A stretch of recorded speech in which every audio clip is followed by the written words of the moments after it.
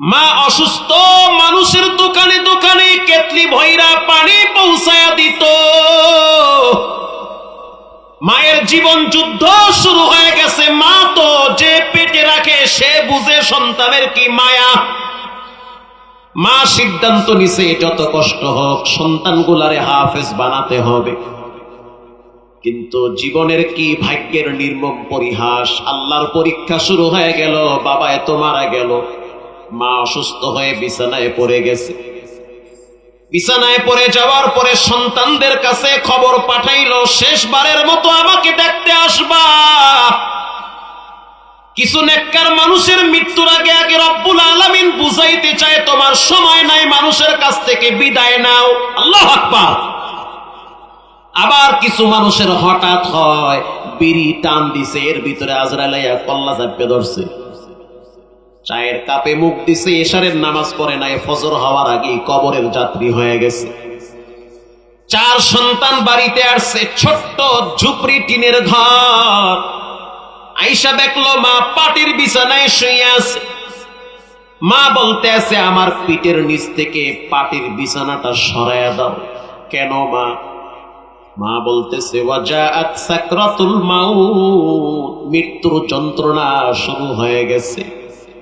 আমার মনে হইতে আছে কে যেন আমারে কাটার বিছানায় শোয়া রাখছে রে। আমার মনে হইতে আছে কে যেন আমার বুকের উপরে পাহাড় দিয়া চাপা দিয়া রাখছি। আমার মনে হচ্ছে সুইয়ের ছিদ্র দিয়ে আমার শ্বাস বের করা হইতেছে। ওয়াজাআত সাকরাতুল মাউত, মৃত্যুর যন্ত্রণা কঠিন। যুবক ভাইরা আমার, মৃত্যুর যন্ত্রণার থেকে বাঁচতে পারবা না। সময় থাকতে রবের দরবারে তওবা করো। সন্তান বড়টা যেটা বুঝতে পারছে, সে তো কিতাবখানায় পড়ে, হাদিস পড়ে। সে আস্তে করে মায়ের মাথার কিনারায় বৈশা কানের কাছে মুখটা লাগাইয়া সূরা ইয়াসিন তেলাওয়াত শুরু করে দিয়েছে। যখনই সূরা ইয়াসিন তেলাওয়াত শুরু করলো, মা বলতেছে বাজান আরো একটু ভালো করে পড়ো, আমার তো শুনতে ভালোই লাগে। মনে হচ্ছে পাহাড়টাকে যেন আস্তে করে সরায়া দিতেছে। যেটা মেজ সন্তান তাকে বলা হয়েছে তুমি কেন বসে আছো, তুমি আল্লাহর কোরআন থেকে সূরা রহমান পড়ো। মুমূর্ষ ব্যক্তির কাছে কোরআন তেলাওয়াত করলে তার ভিতরের অশান্তিটা একটু হালকা হয়ে যায়। আল্লাহু আকবার। ছোট সন্তানটা পায়ের কিনারায় বসে বসে সূরা ইখলাস তেলাওয়াত করে। একটু পরে মা ডেকে বলল, সন্তান আমি আমার চোখ দিয়া দেখতেছি কে যেন মাথায় পাগড়ি পইরা আমার দিকে আগায় আসতেছে। সন্তান বুঝতে পারছে তাতানাজ্জালু আলাইহিমুল মালাইকা আল্লা তাখাফু।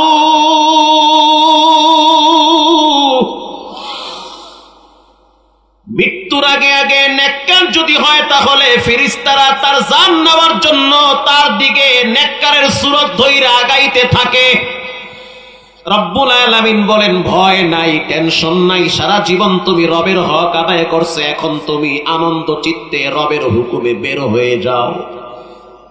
কিছুক্ষণ পর মা বলতেছে সন্তান চার ভাই তোমরা মিলেমিশে থাকবা, ঝগড়া করবা না।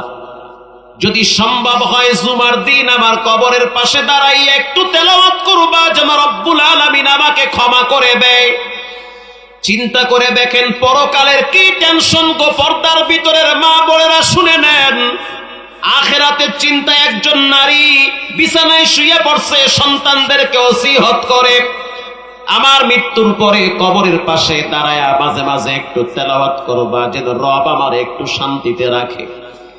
একটু পরে যখন বড় সন্তান বুঝতে পারলো মায়ের যাওয়ার সময় হয়ে গেছে, মাথাটা কিবলার দিকে ঘুরাইয়া কালেমা পড়তে পড়তে শেষ নিঃশ্বাস ত্যাগ করেছে।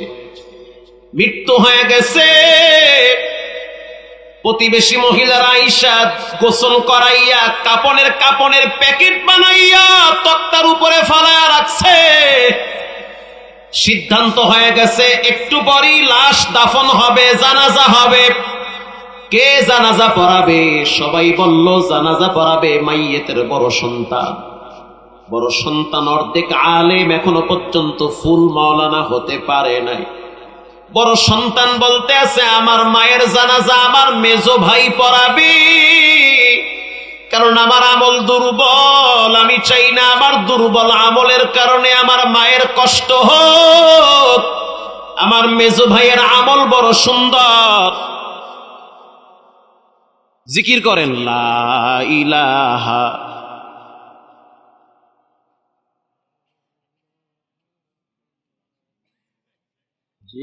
সন্তান যদি মা বাবার জন্য জানাজার মুসল্লায় দাঁড়ায়, এটা মা বাবার জন্য খুশনসিব। এমন একটা সন্তান রেখে যান যেই সন্তান আপনার মৃত্যুর পরে আপনার জন্য দোয়া করবে। মেজো ভাইকে যখন সামনে দেওয়া হইল, মেজো ভাই বলতে আছে হক বড় ভাইয়ের। আল্লাহু আকবার বলেন। যেহেতু আমার বড় ভাই জানাজা সে পড়াবে, যেহেতু বড় ভাইয়ের হক বেশি, বড় ভাই জানাজার মুসল্লায় দাঁড়ায় গেল, জানাজার জন্য সামনে দাঁড়ায় গেল। প্রথম তাকবীর দেওয়ার পরে বড় ভাই কোনো কথাই বলতে পারে না। লম্বা সময় অতিবাহিত হয়ে গেছে আবেগ, কারণ সামনে তো তার মা। মায়ের লাশ সামনে নিয়ে কেউ যদি জানাজায় দাঁড়ায়, তার ভিতরে আবেগ সবচেয়ে বেশি কাজ করে। কিছুক্ষণ পর যখন সন্তান তাকবীর আবার দিল, 2-3 তাকবীর দেওয়ার পরে পরের তাকবীর ভুইলা গেছে, সন্তান মাটিতে বেহুশ হয়ে গেছে। মাথায় পানি দেওয়ার পরে হুঁশে আনার পরে প্রশ্ন করা হইল, কেন তুমি এমন করলা? বলল যে মায়ের দৃশ্যগুলো আমার চোখের সামনে ভেসে উঠছে। যখন আমি মাদ্রাসায় ছিলাম, বাবাই তো কবরে গেছে অসুস্থ হয়ে, জীবনের শেষ নিঃশ্বাস ত্যাগ করেছে। আমি আমার মাকে দেখছি যখন সে অসুস্থ অবস্থায় ছিল, তখন আমাদের চিকিৎসার জন্য, মাদ্রাসার বেতনের জন্য কলস ভরে ভরে পানি নিয়ে চায়ের দোকানে দিত। 2-4 টাকা যা পাইতো তা দিয়া নিজের সংসার চালাইতো, আমাদেরকে দিত। এই যে কেতলি ভইরা পানি নিত, সেই কেতলির দাগ এখনো মায়ের হাতে পড়ে আছে। প্রিয় ভাইয়েরা আমার, জানাজা হয়ে গেছে, সন্তান মায়ের লাশ কবরে রাখছে। ইমাম সাহেব যেটা আমাকে বুঝাইলো, হুজুর দোয়া করেন আল্লাহ আমাকে 3টা ছেলে দিছে, 13টাই যেন আলেম কবুল করে, 3টা ছেলে যেন আল্লাহ পাক আলেম বানায়, সেই দোয়াটা করেন। কারণ আমি দেখছি মা বাবা যদি সন্তানদেরকে দিনদার বানায়, এটার ফলাফল মা বাবা দুনিয়ায় থাকতেই পায়। লাশ কবরে রাখার পরে সবাই যার যার মতো বাড়ি গেছে। বাড়িতে যাওয়ার পর আমি তো মসজিদের ইমাম, আমি তো আমার রুমে থাকি, পাশেই তাদের বাড়ি। বাড়িতে যাওয়ার পরে রাত 2:30-3টার সময় সন্তানগুলা আমার কাছে এসে বলে, হুজুর মসজিদের ভিতরের চাবিটা দেন, আমরা একটু ভিতরে ঢুইকা 2-4 রাকাত নামাজ পড়ি। যখন চাবি দিলাম, 4 ভাই মসজিদে ঢুইকা মসজিদের কোনায় নামাজে মুসাল্লায় দাঁড়ায় গেছে, নামাজ পড়লো, কোরআন তেলাওয়াত করলো। এর ভিতরে ছোট ভাইটাকে আর পাওয়া যাচ্ছে না, কোথায় গেছে? যার যার মতো বাতি নিবায়া নামাজ আদায় করলো। ছোট ভাইকে যখন তালাশ করে পায় না, বড় ভাই চিন্তায় পড়ে গেল, না জানি কোথায় গেছি। লাইট মেরে দেখলো মায়ের কবরের পাশে দাঁড়ায় দাঁড়ায় বাচ্চাদের মতো ফোফায়া কাঁদতেছে আর বলতেছে, রব্বুল আলামিন মায়ের যত গুনাহ আছে, পাপ আছে, এগুলা আমার মাথায় দেন, আর আমার যত ভালো কাজ আছে মায়ের আমলনামায় পৌঁছায় দেন। প্রিয় ভাইয়েরা আমার, এজন্য সন্তানদেরকে কোরআনওয়ালা বানান।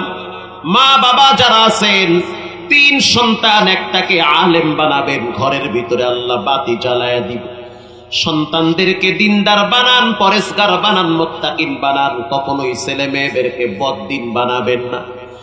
এই যুগে অধিকাংশ ছেলে মেয়েরা নেশার সাথে জড়িত হয়, এটার কষ্ট মা বাবা নীরবে একা একা সহ্য করে।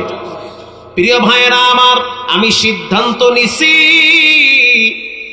30, 40, 50 বছরের জিন্দেগি, হঠাৎ হঠাৎ মানুষ দেখি দুনিয়ার থেকে বিদায় হয়। দুনিয়া থাকার জায়গা না, চলে যাওয়ার জায়গা। পৃথিবীর ভিতরে কেউ টিকতে পারে না, আমিও পারবো না।